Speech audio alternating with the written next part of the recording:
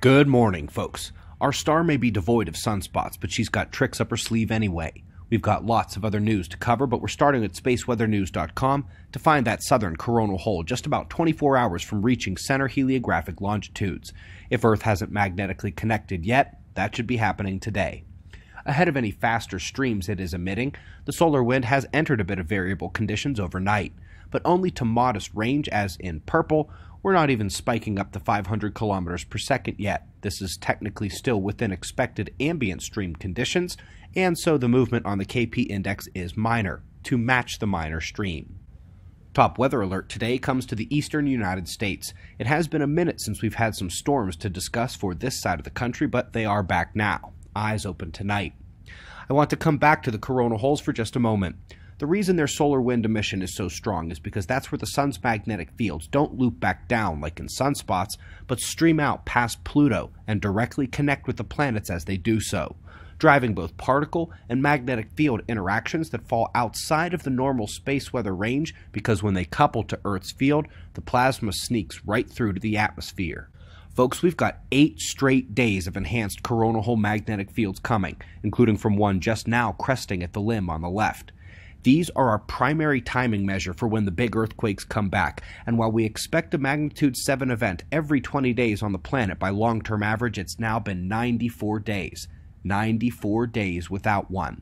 Magnitude 6 events have been below average as well. Eyes open and on the local signals to determine which regions are most likely to take the hit. You know where to go for that by now, don't you? Let's go up next to China. An amazing fireball lit up the sky this week. Locals say it was much brighter than noontime sun for a split second. Next, let's go out to the moon. Or is that Mars? Let's just go ahead and say it's both. An interesting and only quasi-suspicious new study claims that the soil on both the moon and Mars is going to support agriculture, things that we can grow. Now, while every ounce of me would love that to be true, these are some of the folks trying to get funding to do major projects in that arena. Not like they're going to say it's impossible. It's sort of like when the scientists were saying, there is gold on Mars, give me a grant to study it. Up next, a very poor climate article for a couple reasons. First, its only point of merit is suggesting that forests are good. Big thumbs up from us there. The rest is not only overkill based on the full fact story of climate change, but it makes honorable sounding suggestions that have little basis in fact and reality. For example, they want to tell us to stop eating meat, that meat is bad. Well, whales? One whale is worth 1,000 trees in a forest. Through a number of mechanisms, including sequestration of its food to the sea floor, whales and other massive creatures in the sea fit that category. Much more than trees. So maybe we need more meat, provided it's the right kind. Then again, that's only true if carbon dioxide is the end-all be-all of climate, which it is not. That full story is linked below if you haven't seen it somehow. It's called Climate Forcing. Folks, our last 2 articles are cosmology, and hopefully you've done the homework already here. This is like the lost light of Hubble story on an individual galaxy-by-galaxy scale.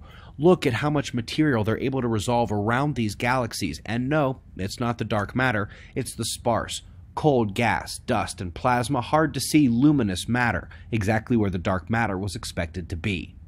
In the last of these shots, unfortunately, the bottom corner darkest frame with the most matter detected is cropped so that you cannot see the full halo circle. I'm hoping you can see the outer curves of it in the corners, and folks, that is even bigger than the expected dark matter halo.